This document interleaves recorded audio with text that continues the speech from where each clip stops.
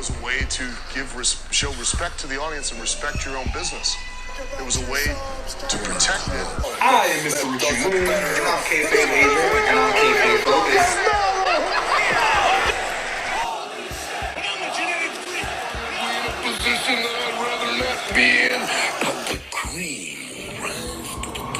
It's Kayfabe Avenue.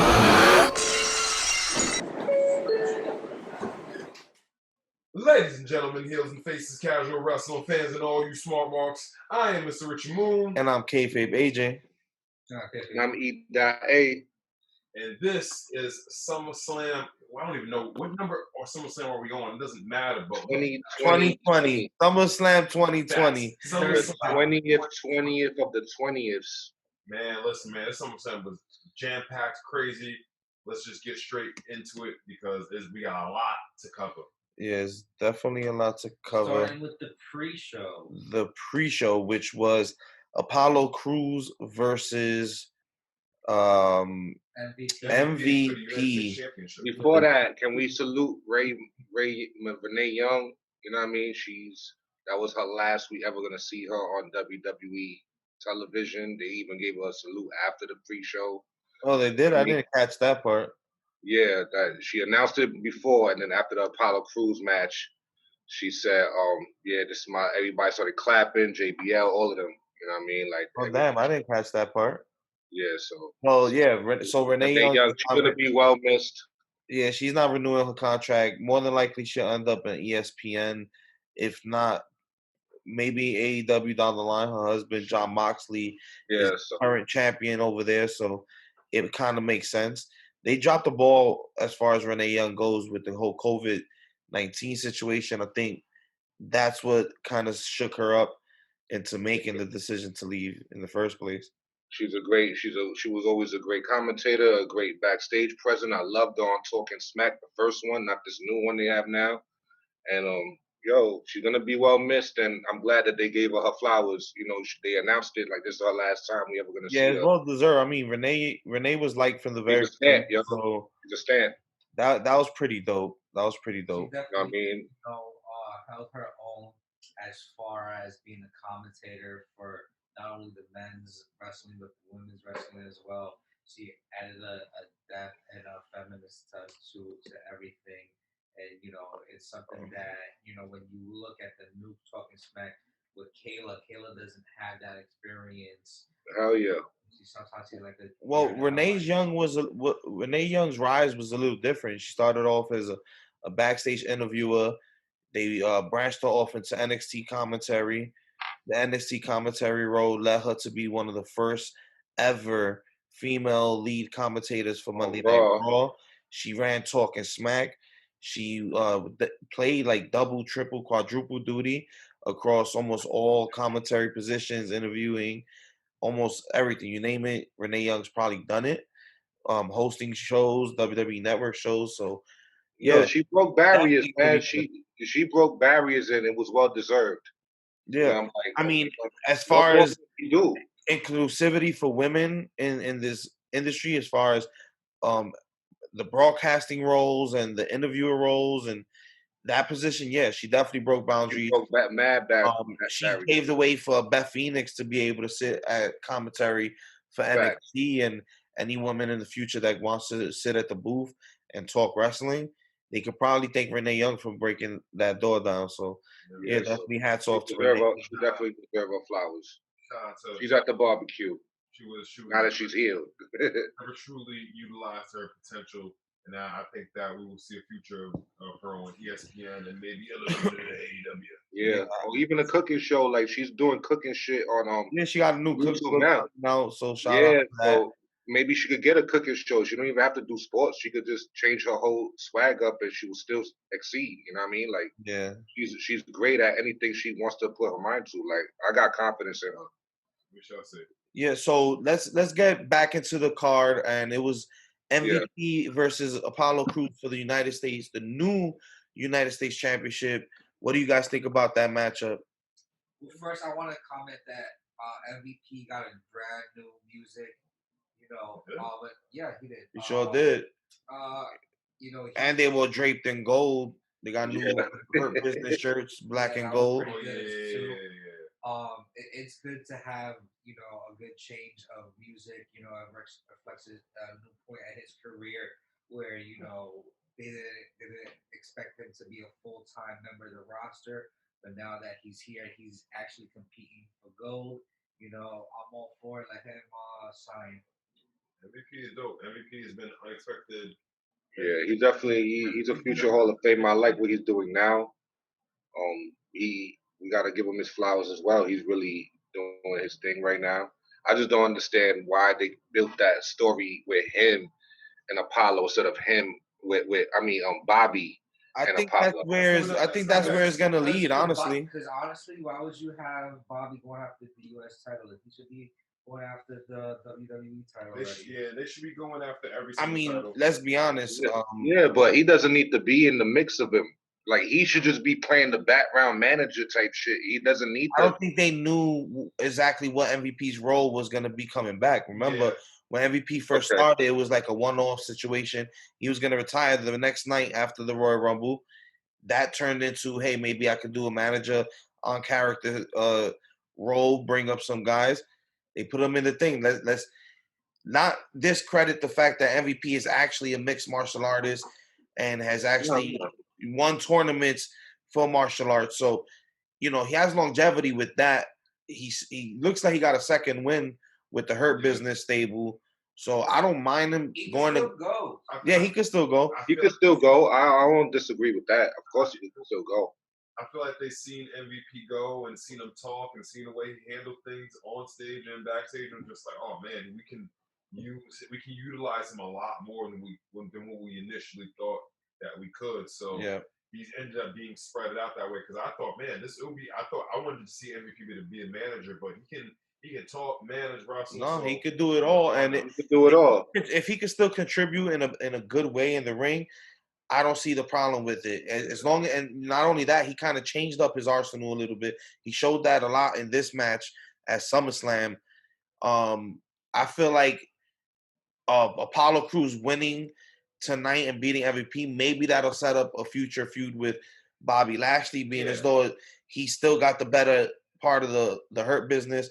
This is about the second time already that he's come out on top against the Hurt Business, so it makes sense to now maybe position Lashley into that. Or even Sheldon. He's not next in line for the WWE title, which we'll get to the result of that later. If he's not next in line for the WWE title, then it will make sense for him to go after Apollo and maybe finally crush Apollo, after beating the Hurt Business twice in a row. Yeah, I think that's what. All right, I'm not disputing that. Boss. Yeah, it's enough to get final boss. So shall we keep the show off proper? So the next match was, I believe, because I don't have the card in order. Sorry, guys. But the next match, I believe, on the card was the Bayley versus Asuka. It was to open SummerSlam officially.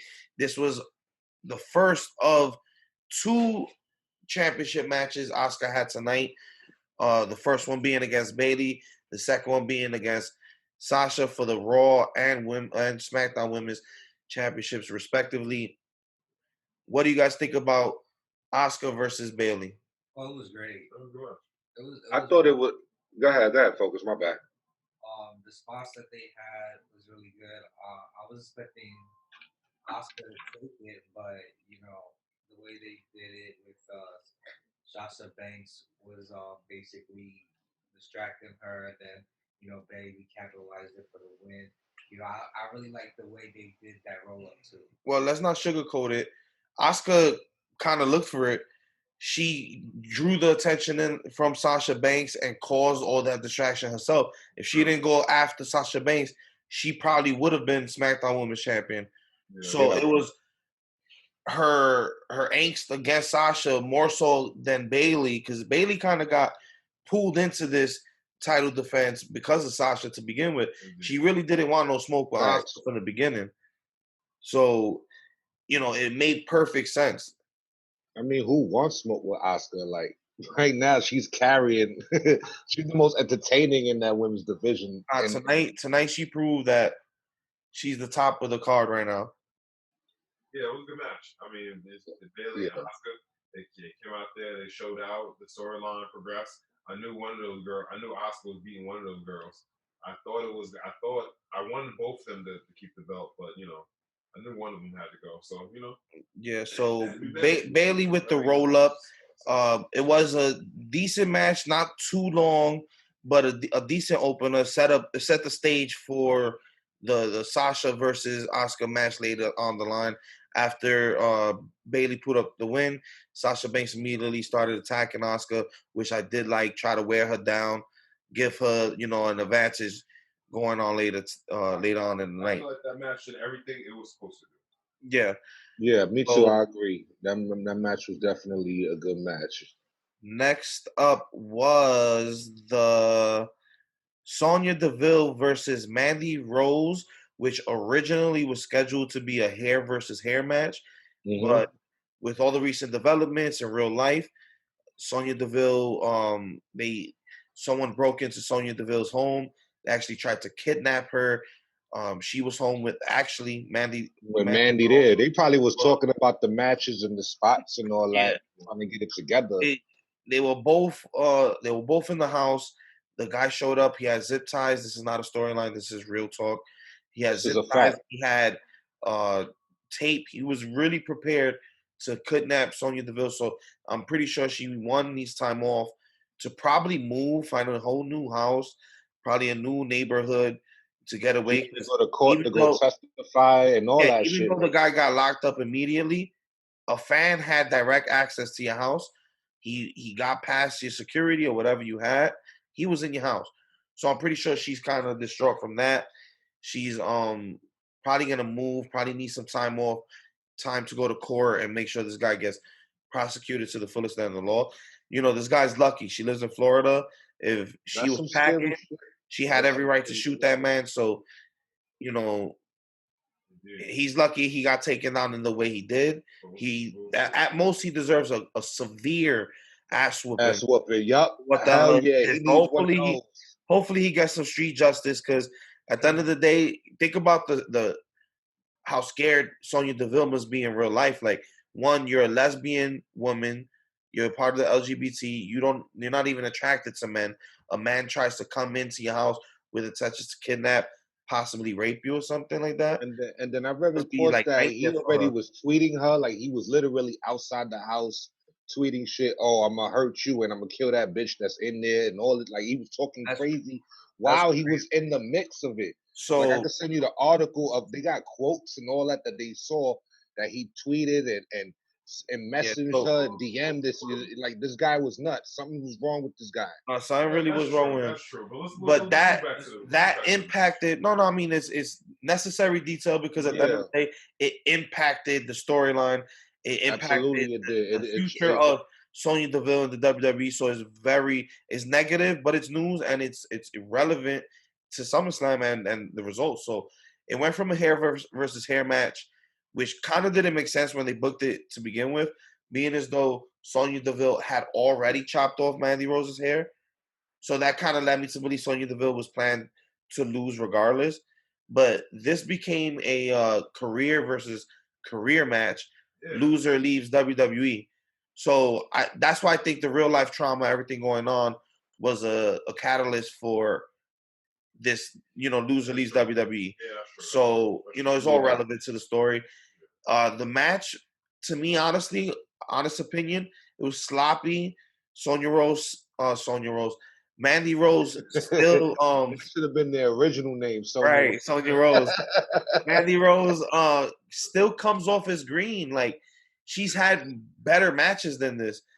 Yeah. I feel Yeah. like it was awkward. Her new look, it kind of threw me off. It didn't feel like Mandy Rose. So I don't know if they're going for a new gimmick with her. Yeah, she definitely looked like Sharon Stone. The new gear, I'm not really feeling, but overall, a couple sloppy instances here and there, but for the most part, it was hard hitting. Sonya Yeah. Deville kind of carried that match for them. A couple of Rose triggers. It turned out to be a decent match.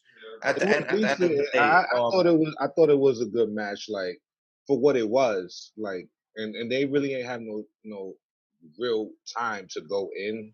You know what I mean? But for it being a no DQ, they utilized the ring and everything, all the weapons they had to do at the time. I figured smart, even though Mandy did struggle with that table. Like Oh my god, yeah, she I was did. like, come on, like You gotta it, like you know that lift shit it is and kick that it shit up, weighs, like that's 5 ounces wet. Like, come on, Mandy. Like, let's come on. And then they ain't even use it in the match, but I guess they, you know what I mean? Whatever. But Forgot about that spot. Yeah, and of course, Mandy ended it with the most devastating move in all of pro the wrestling. roll up, that No is the roll-up. most devastating move in the history of wrestling Just like Bailey. It's already two. This is already two. That's 2 roll ups in a row. yeah. I think the attack of the roll ups continues later on in the night. Yeah, we got Uh, another roll up we got to talk about Sonya later. Deville, you know, obviously, like we said, she ends up losing this match. She lost with like 5 roast kisses in a row. So, you know, it was deserved. What's his name? Otis comes out, celebrates his man. You know, it's sad because you forget that Otis is carrying Yeah, like I the saw money in the bank. the briefcase and I'm like, oh my god, I forgot he still When I got. saw him, I thought he was gonna cash in too. I kind of forgot that him and We you know all Mandy Rose forgot was that cool. he had the briefcase. Like they not doing nothing. Where's Tucker? Let's give him some camera time, yo. Why he's carrying that briefcase and he don't even have a They match should have been cashed it in for the tag team titles and did or something different. something? Where's Tucker? Like something. Why you not do? So it's just strictly the Mandy story right now. Yeah, Like and nah. on top of her being green and a couple sloppy spots, can we also call out how she cannot do a worm to save her life? That was the cringiest worm, caterpillar, whatever you want to call it. That was the cringiest Nah, I caterpillar ain't I've ever mad. seen in my life. I'm not mad at. I don't know how to do the worm. Can you do the worm? I mean, but don't even try. But That's her man. That's her oh man. my god! Two She things gonna- are in a row. She can't lift tables nor do the worm. Nor do the worm. I'm pretty Yeah. sure all 4 of y'all can't do the worm, so I don't know why y'all talking crazy. Nah, it's true, but still, goddamn, I'd at least get somewhere. She didn't get nowhere. Yeah. It looked like a giant humping on the mat. That's all it looked like. So let's move on from that. Next up was the Raw Tag Team Championship match: the Street Profits, Angelo Dawkins and Montez Ford versus Andrade and Angel Garza with the beautiful and seductive looking Queens. Vega, looking Queens. fire as fuck. Don't kill me, Aleister Black. I'm sorry. She holds down Queens. She from New York, up the block. Respect. Boricua. So pretty much good match. I'm kind of getting tired of this Andrade and Angel Garza can't pull out a win. Yeah. And they're probably 2 of the best wrestlers on the roster. Indeed. And you guys can't even pull a win together. The struggle between them is like, all right, either get it together or separate or, you know, manage them as singles competitors or something. I mean, Street Profits have been beating them for weeks. I mean, but the thing is that they don't want to make Street Profits transitional champions either. And they shouldn't, but they've been beating Angel Garza and it's not even so much that they lost, it's the way they've been losing. It's like they get crushed. You guys look stale and like you can't hold your weight, but you guys are 2 of the best wrestlers on the roster. Yeah. You know, just go back single. Just go back single. Both of them. It is what it is. I mean, which one is it? Montez Ford that does the frog splash? I'm surprised that Bianca did. I'm surprised that Bianca didn't come out for any reason. I mean, she didn't really have a reason. Zelina didn't really do much. Yeah. It was a clean match for the most part. Yeah, but they could have utilized Zelina and then Bianca. They could so that way Bianca start getting shine. I think they need to start transitioning Zelina to a female wrestler. A singles, but they need to start playing with her. Yeah. Bianca Belair occasionally disappears from Raw, if you haven't noticed. She disappears for a couple of weeks on end. Yeah, I think they're still working on her. I don't know. I don't think they really know what to do with the story's written for them right now. Have Bianca come out and then she has a feud with Bianca and they could start doing their thing. Yeah. Like, what's Shout, going on? shout The out, shout story's out there. to Montez Ford for that crazy frog splash. Yeah, that shit was He fire. got like RVD elements changing direction midair. That's how he pulled off the win for the Street Profits. So of course they retain. Anybody got anything else to say about this matchup? They brought the swag like nobody can. It was a good match. I'm not gonna say that. It was definitely a good match. All right. Let's have a Next up was the debut of Dominic Mysterio versus Seth Rollins in a street fight.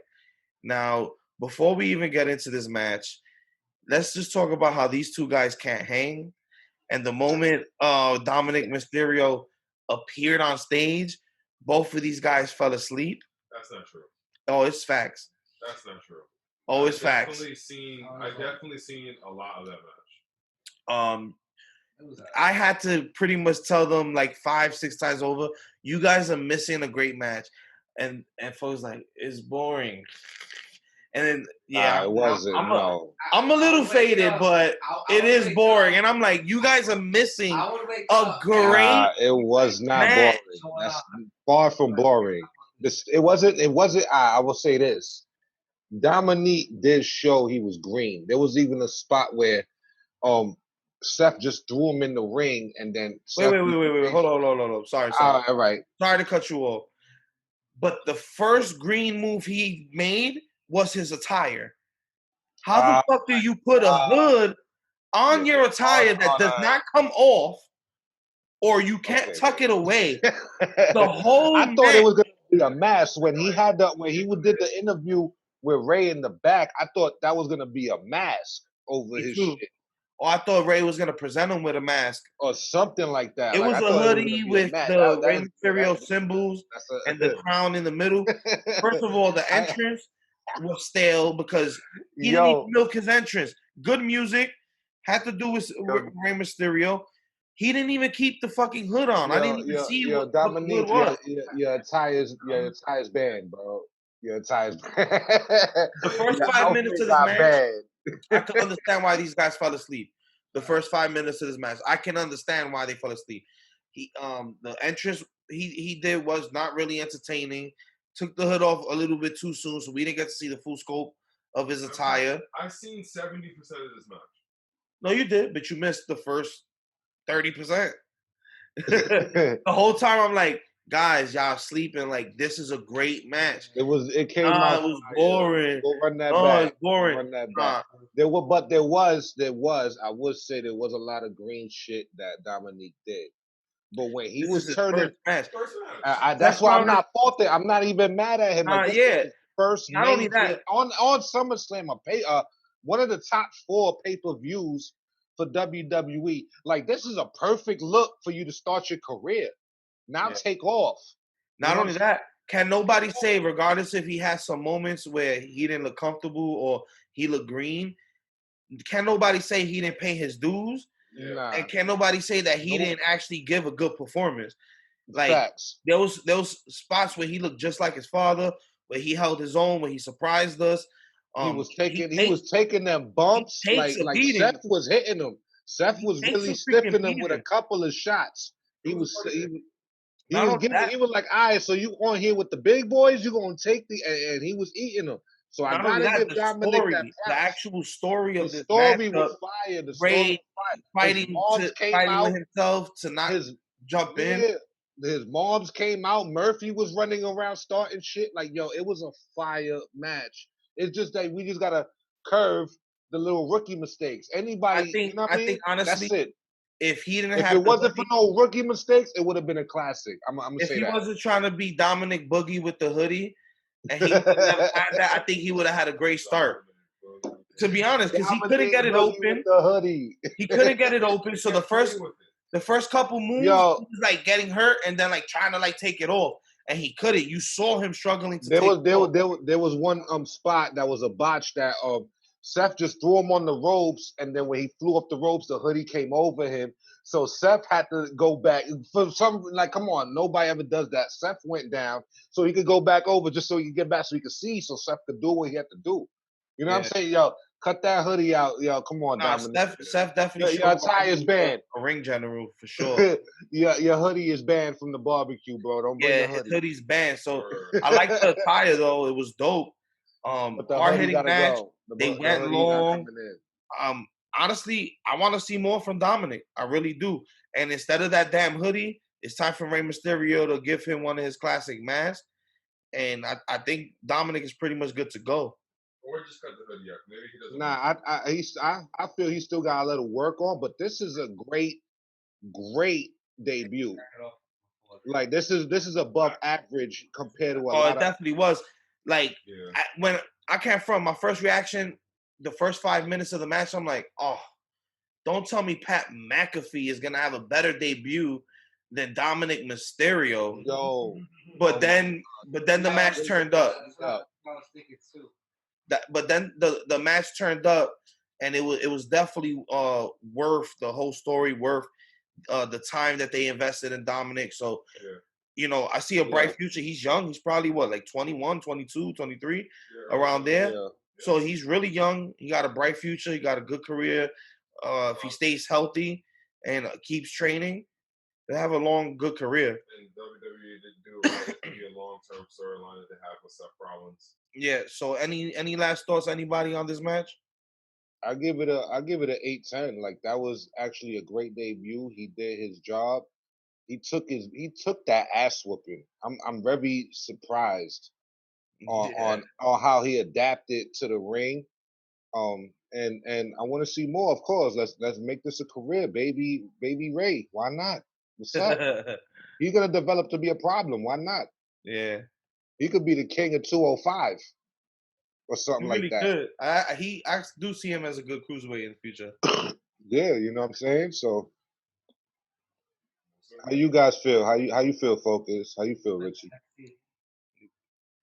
Focus says put him in NXT. I mean, but he already jumped the gun. Like then He's a Raw dude now. He's main roster. you know what I mean? Like he should have done that from the beginning. Then like Ray should have went down there and debuted him there, but they brought him to the big boys. Yeah. So now there ain't no going I back. mean, it's because Dominic is ingrained in WWE history. That whole storyline between Eddie and Ray and pulling in Dominic. Dominic is always going to be looked at in a different light because he is already a part of WWE. He already had all that shit. The story it makes sense for their debut. Let's move on to the second women's championship of the night. Sasha Banks versus Asuka, and this was the better of the matches between them. I loved every second of it. I agree. Hard hitting, great reversals, great techniques. I loved it. Great match. I like how Asuka changed the attitude. She didn't play with this. Like the last one she did, but she let Sasha fuck with her. So she was like, "Yo, I'm coming out here and I'm wailing on you for making me lose." Yeah. Like, you know what I mean? They was doing a couple of chain grappling segments, when they was doing their submissions and countering. So Yeah. I thought they showed great ring mat work with all of that. I thought this was a good match, but of course, Sasha can't really break her streak. Yeah, I mean, she always loses the title after a month. This is her like her sixth Raw Women's Championship reign, and It's like every time it's just a short reign. It's just a short reign. What is it with her? She's probably one of the best women wrestlers in that locker room right now. Why do they keep bringing her down? That reason why she complained left the last time? To the outside she did on Asuka. Oh my God, that shit made me jump out my seat. Like, oh my God, is she okay? Like Sasha goes out there and gets it. She is one of the best workers they have. Like, why? Yeah, she's working. What about that DDT? Okay. Off the top rope. Yeah, the DDT off the top rope. Word. Shades of John Moxley in that one. She was working her neutral shit. This is what we come to expect from the women's division. This is one of the top matches in the card. Like, this is the high quality, like the standard that the rest of the women's roster should look towards. Sasha Banks versus Asuka, Sasha versus Bayley, which they're highlighting on the WWE Network. Like, yeah, you saw that shit. That shit was fire. And right now, Asuka's that bitch. She's on top of the game. Like, I don't think anybody's touching her right now. And it's true. Sasha Banks, they need to do her justice when it comes to her title reigns. But I only think this is going to start the eventual fall into her breaking up with Bayley. And then maybe eventually Sasha Banks becoming the SmackDown Women's Champion and taking it from Bayley. We'll see. The storyline's been building. It's been building for months. We'll see. Yeah, but are they gonna put another classic like they did in Takeover Brooklyn? I don't think so. Not with they producing that they have in the main. I mean, You never know. let's be real. If you watch the 24 on I did. It was a great 24. So if you see, they didn't even get to plan. That was off the fly. Now, tell me, them two off the fly. They created a classic like that. You give them two time to think about and build their matchup. They're gonna tear Probably the house would be down. better. They'll tear the house down. I'll give them the benefit of the doubt. Yo, that's one of the top matches for me. Asuka. I think that of the I night. think out of the whole card, I enjoyed that match probably the most. That and the Dominic Mysterio match. God honest truth. So, anybody else got thoughts on this? Yeah. All right. So, before we get into the two-man main event, let's have a word from our sponsors, and we'll have a quick break. We'll be right back with the two main events. Ladies and gentlemen, heels and faces, casual wrestling fans, and all you smart marks, I'm Mr. Richie Moon. And why are we doing an intro all over again? We are back to part 2 of SummerSlam, and we're at the main events. Next up was Drew McIntyre versus Randy Orton. Cut my intro again. Intro. I mean, my intro. We already have an intro. But we're back from commercial, so that was just an enthusiastic return from commercial. So that's what's up. But Drew McIntyre versus Randy Orton. I've actually been looking forward to this match. That's probably the match I was looking forward to the most going into SummerSlam. Yeah. What do you guys think about this match? I think this is, like you said, this is the match that everybody was looking forward to. I know this match I was looking forward to. I enjoyed the match. I thought this was a good match. Hard hitting, told the story, did what it was supposed to do. But, of course, it ended in the most devastating move in all of pro wrestling. The surprise roll-up. The third roll-up of the night. That's why I said we're going to end up having more roll-ups, and we'll get into it later. Yeah, 3 roll-ups, 2 for titles. So 2 for title. Like, come on, y'all. There's other ways to win. There's other ways to make people clean. Let somebody do their finisher. Let somebody something. Like, why it gotta be just that simple? So and it doesn't even continue the story. Let's go back on Drew McIntyre one time. This is already like what, his 4th, 5th month as the champion. He's been 6 months straight at this point, I think. Yo, but all he's getting is random not 6 months people that he's beating. Like, yo, first it was Bobby, then it was Dolph Ziggler. Now it's Randy. Now it's gonna probably be somebody else. Like, yo, you're not giving him a story. Back in the days when it was Stone Cold and The Rock fighting for the belt, their shit would last for like 6-7 months. Until we will finally get a big WrestleMania or a big SummerSlam or a big Royal Rumble or something like that. Y'all just don't know what to do with this guy. Yeah. It's not doing nothing for his title reign right now. He's just running through everybody. That's all you showing me right now. He's just running. Yeah, because honestly, I thought they were gonna give him that rivalry with Bobby. Like, I feel like even to this day they still have unfinished business with that storyline. They do. They just keep moving. But with Randy Orton, that was a rivalry that he can sink his teeth into. That's why a lot of people thought that he was going to lose. But Randy Orton, it's a surprise roll-up. I didn't want him to lose, but at the same time, the hard way. I mean, they both did. Yeah. I see what you're trying to do, focus. We're not going to win it. All right. I just like, come on, we could do way better with Drew McIntyre. Make him really look like strong, or create something. By no means do I think that this storyline is over. I think him and Randy Orton still got legs on this rivalry. So they do. I thought Randy Orton was gonna win it. So honestly, just the whole look McIntyre gave him in the beginning when he was handing off the title. To me, it looked like oh shit, is that the last time he's gonna have the title? The look he gave it and the way he passed it off, it made me believe like he might lose it. But that was the good acting, the good storytelling that he did in that match. You know, Orton is a good opponent, but even after the surprise roll up, the way him and Orton was looking at each other at the end, I feel like we're gonna get Orton McIntyre 2, possibly even 3, and by no means should they not go that way. Like, who's better at this point? The only other person I want to see him feud long term is with Bobby Lashley. To be honest, yeah, And or there- something like that. I think, this rivalry does still have some more legs under it. I'm over the surprise roll up. Do better, WWE.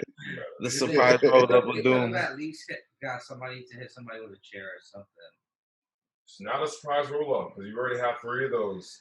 I mean, for championship the matches. night was already brutal as hell. I don't think they needed more chairs. Or how about a finish? How about that? Yeah, I think it should have ended clean. Yeah, But that's Honestly. what I think. Even if Drew was gonna win it, it should have been just a clean win. yeah, Claymore kick. Give him the Claymore good night. I mean, a roll up is a clean win. It's just out of nowhere, and Nah, it just man, was nah. overused. It was overused tonight. That's really what it is. Yeah. Okay. The roll I up agree with that. protects the other person. It's supposed to be like almost like you didn't really get, like, you won, but you got this win out of a surprise. Yeah, as like opposed to just Bailey straight did up it to Asuka, but it made sense in that moment because you still give Asuka enough energy for her next match. And Sasha interfered, so That made sense there. It does. The problem is just the law of diminishing returns, and WWE just does it too much. maybe if Rick would have came out and did something to interfere and fuck up Randy, and then Honestly, that's what I felt. I felt like they should have had some of the legends that he, double crossed over the past month or two. come out or something, Should have surprise jumpy. showed up and like help McIntyre win. Michaels was seasoned it, but I don't think we need anybody to interfere. It was a good. I'm glad. Nah, it's a good straight up match. It was a good match. Honestly, It was a good Drew match. McIntyre made Orton look like a small guy, and that's rare. Not a lot of people make Orton look small. At the end, in the beginning, Orton was really stiffing him. He was hitting him for real. Oh yeah, the European uppercuts they were doing to each other. There was a couple of stiff shots I saw Orton getting off on him, and Drew was selling it perfectly.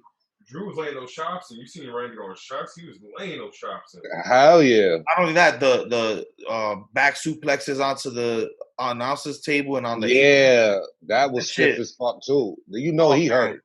Yeah, Right now he's in the ice tub. The suplex off the announcer's table to the floor, like they were giving it up. They were giving it up. It was a good match. Going hard. So, any last thoughts before we move on to the main event of the evening? It was a good match. My only about it is the most devastating move. No, that's about it. I thought it was a dope match. Go ahead, Focus. My bad.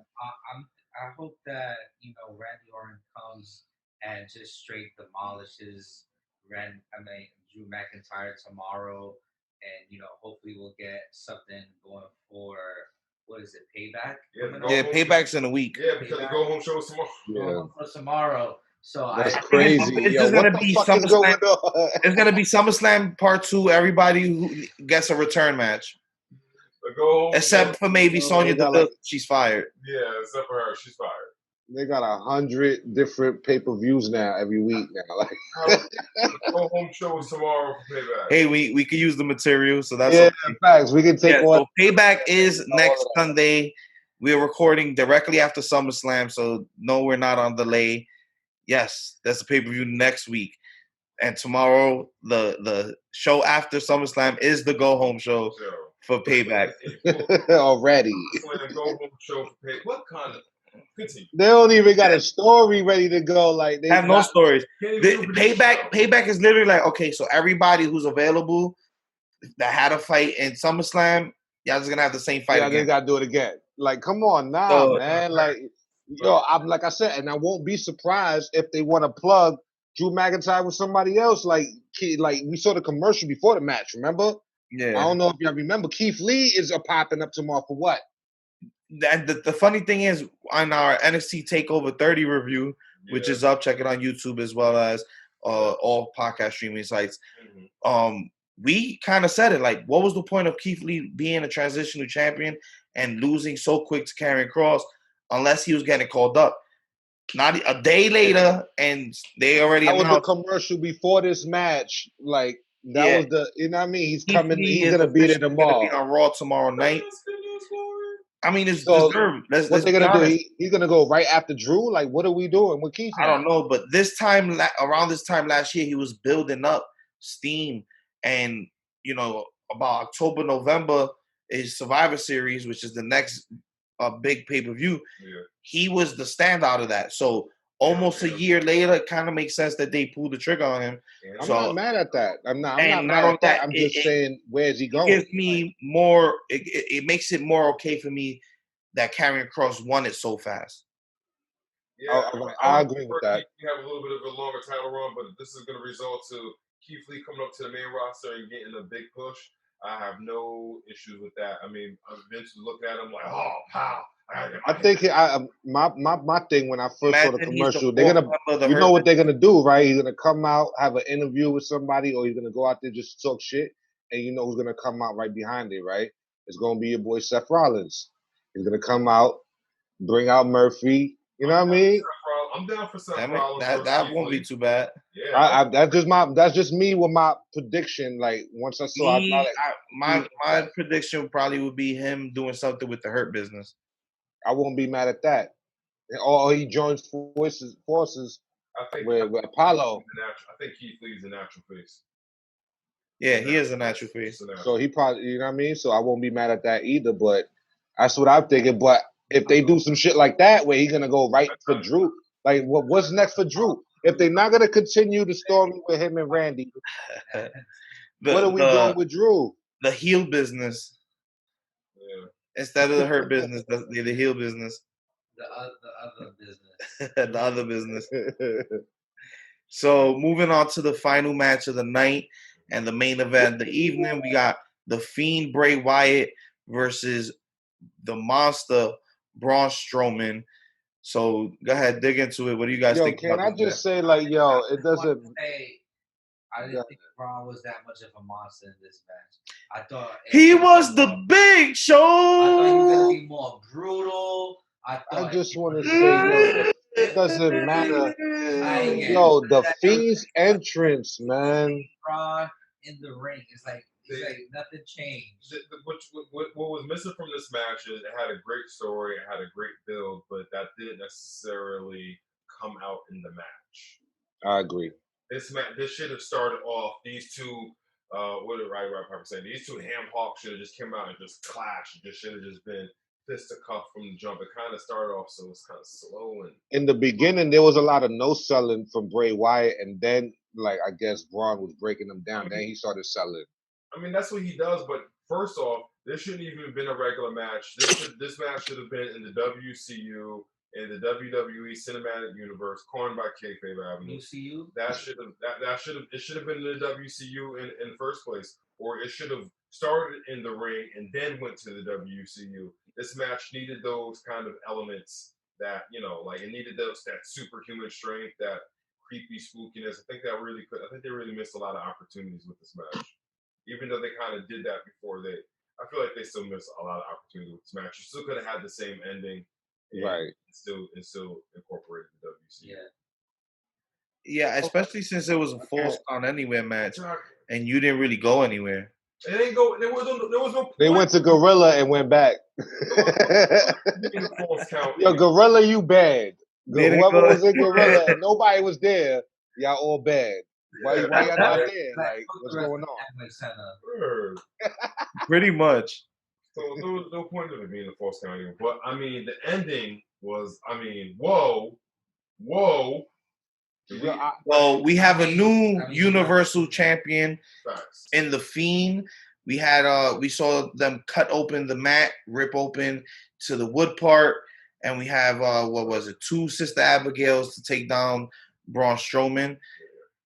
I mean, good ending, because at the end of the day, that's not a fucking soft padding. Yeah. Even though they took off the padding, it's not soft. It's straight wood he's landing on. So I just want to say that Braun, one of Braun's limbs was underneath the rope during that 3 count. So That's all I'm saying. Yeah, I didn't Yeah. catch that part. Yeah, I don't think it was a bad. They were so close to the rope. Like, come on. Like, obviously, Braun is big enough that no matter where he was at position at, his body part was on the end of that rope. Yeah, but you got to look at it. How big he is taking a Sister Abigail. Yeah, that's true. It's hard to maneuver in itself. Yeah, I thought it was a good match. I just think WWE missed opportunities to do it a lot better. So UCU? Yeah, the two Sister Abigails take down Braun Strowman, and then we have the return and the debut of Roman Reigns' teeth, and the return of the big dog. Yo, this man's jawline, new teeth, new veneers. He looks weird, but physically he looks bigger than ever.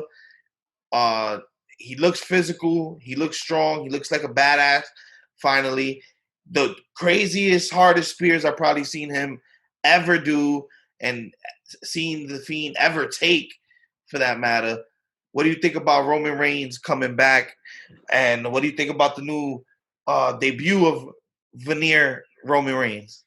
The Teefuses Roman? Teefuses Roman. I think he's going to wreck everyone and leave. More Roman. Like his t-shirt said. More Roman than ever. This is more Roman than ever. I was on Twitter right after the match, and everybody's like, all right, now he's finally going to become a heel. I don't think he needs to be a heel. He doesn't. I think he just needs to be, I'm going to go in there, I'm going to fuck you up, I'm going to take what's mine, and I'm out. He needs to be a badass baby heel. Badass baby face. That's what he needs. Badass baby face. He could be a badass tweener. He could be a tweener. Yeah, he's gonna be a tweener. He probably will be a tweener. That's the direction they seem like they're heading in. But I mean, that's the direction they should head in. Like, there's no other. I see a lot of people. They like, yo, he's gonna come back a heel. Thank God. Like everybody wants him to be a heel finally. But this is the same company that introduced the Fight Club and had the Hurt Business running it, and then the Hurt Business to the second and third night have never been mentioned on that said Fight Club. Or even popped up again.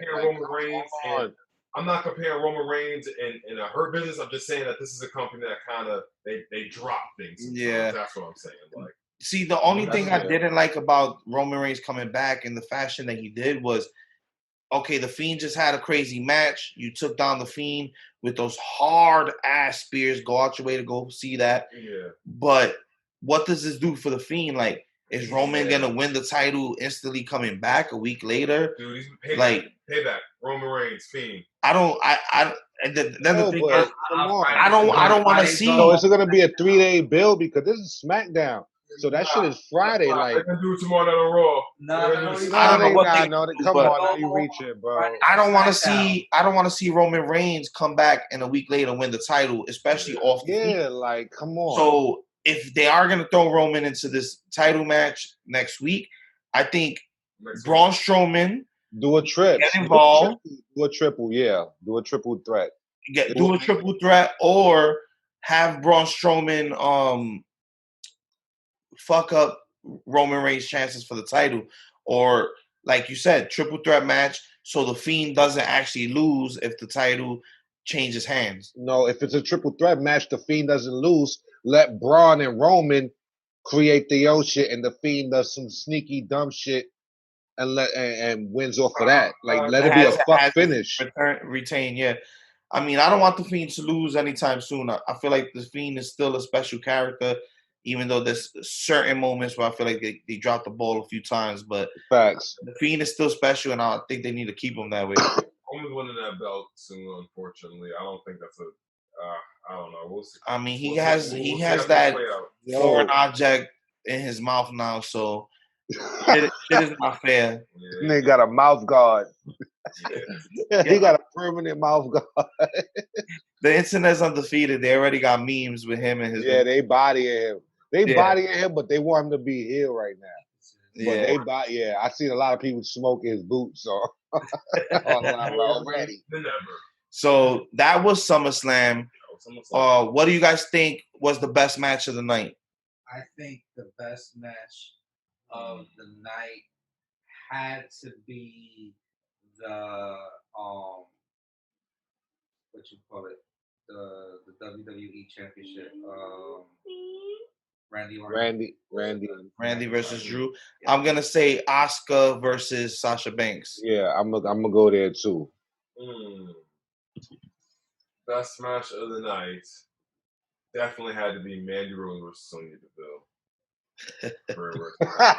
That's not nice. That's not nice. That's not nice. That's not nice. Don't lie. Don't lie. It's not fun. Honorable mention: Dominic versus Seth Rollins. I think that was the Good second. debut. Good debut, and I think that's the second place match for me. I So really- as far as SummerSlams go, where do you think this ranks as far as SummerSlams? Do you think that this kind of stays in the memory? It's the first Thunderdome experience. A couple hard-hitting matches in a row. You think this could stand the test of time? Does it break maybe the top 10? I mean, it was that. I don't know if it breaks top 10.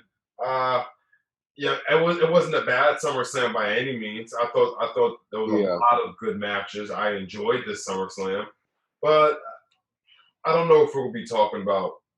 Yeah, I don't see it. Talking about 2020 standing that- SummerSlam 5 years from now. Yeah, the test of time. I don't think so. The story of SummerSlam, as far as Dominic's career, is going to be touched on for Might the be a future. pivotal piece. And when they look back on the tag team of Bayley and Sasha, maybe touch back on the career of Asuka.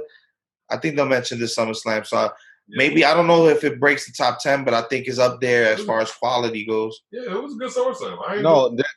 Like a lot of the matches was actually good. I don't have nothing to take away from it. Like, I'm gonna say that. I really enjoyed Drew and Randy. I just wish it wasn't a surprise roll up. I enjoyed both of Asuka's matches versus Bayley and Sasha. Yo, what? I enjoyed the Street Profits versus Angel Garza and Andrade. I should say, That was all right. They just done that match so many times. It's just kind of like. And it's time to move on as far as the tag team division goes. Get new rivalries, get new storylines moving throughout that division. But so overall, let's give a final ranking before we send off the SummerSlam weekend. What do you guys rank this SummerSlam as far as like out of 10? It would be easier for me to do out of 5. I'm gonna say 3. 7. I'm gonna say a 3.5 out of 5 for me. 7. Yeah, it's like about a 7. I would give it an 8. It was above average. I would give it an 8. It's above average. It wasn't too bad and it wasn't too good. There was a lot of storytelling they did in their matches. Like whoever was producing the matches really thought them shits out. And even the Mandy and Sonya match, where there was a lot of questionable spots. I mean, let's be honest. The spotlight is not really on Mandy Rose like that. This is probably her biggest match. Yeah, and she still did well, and that's what I'm saying. Like the producing was definitely above averaging. Yeah, how they were physically. I agree with you as far as about an 8, maybe 8.5. I think the Thunderdome was used to the best of its ability so far. We've only got to see it the test run and on SmackDown, but with the new rigs, the lighting from the ceiling, they did special for SummerSlam. I think it was the best they've shown so far. And if we're gonna stick to this like model, this model for the next couple months, I think it's gonna be a good look. I like you said, the Fiend's entrance was amazing in the. It looks different in there. Yeah, because now he got the whole stadium all around. Yeah, the entire stadium from ceiling like floor, it's different in there. It's completely lit up. Hey, yo, the Fiend. This is officially the Fiend's first year anniversary. If you think about last year is when he fought Finn Balor. Oh, you're right. He's officially been around for a year. Yeah, this is officially the Fiend's two-time Universal Champion in a year. And you win the title back on the anniversary. Yeah, you're already a 2-time with this new character. Yeah, my nigga Bray Wyatt is cooking. Happy birthday to the Fiend. Yeah. Happy birthday to Fiend, yo. The Fiend. We'll see if they keep this up. All right, so it seems like we're gonna average it around a 7.5, maybe an 8. Yeah. For this pay-per-view. That's Overall, I think it was good. But we could do this all day, so let's go around the table and let's. You know how we do. Let's find out where you can find us. So starting off with you, Richie, where can they find you? They can find me at The Richie Moon Show on YouTube, Facebook, Instagram, where all podcasts are available. Like, share, and subscribe. You can find me at Kayfabe Avenue on Instagram. Go over to the Facebook page, just Kayfabe Avenue. Like, share us, debate with us, drop some pictures over there. And we're on the Twitter. Follow the Kayfabe Avenue Twitter.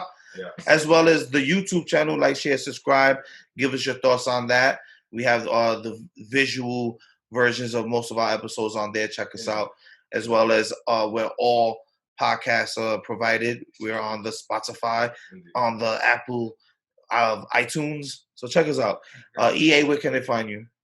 You already know. You can find me on Twitter at E.A. I'm the one who handles the hate mail. Send me all the hate mail. Don't mess with them. I answer back. We also in the Facebook group. We in the Facebook group. All that. On YouTube. You can find me at Kayfabe_AJ on Instagram, and like we said, everywhere on at Kayfabe Avenue. So yes, sir. That has been Mr. Richie Moon. That has been E.A, Kayfabe Focus, and myself, Kayfabe AJ. With that being said, Kenny, take us home. We out. He's on Uber for sure. Goodbye. And good night. Bang!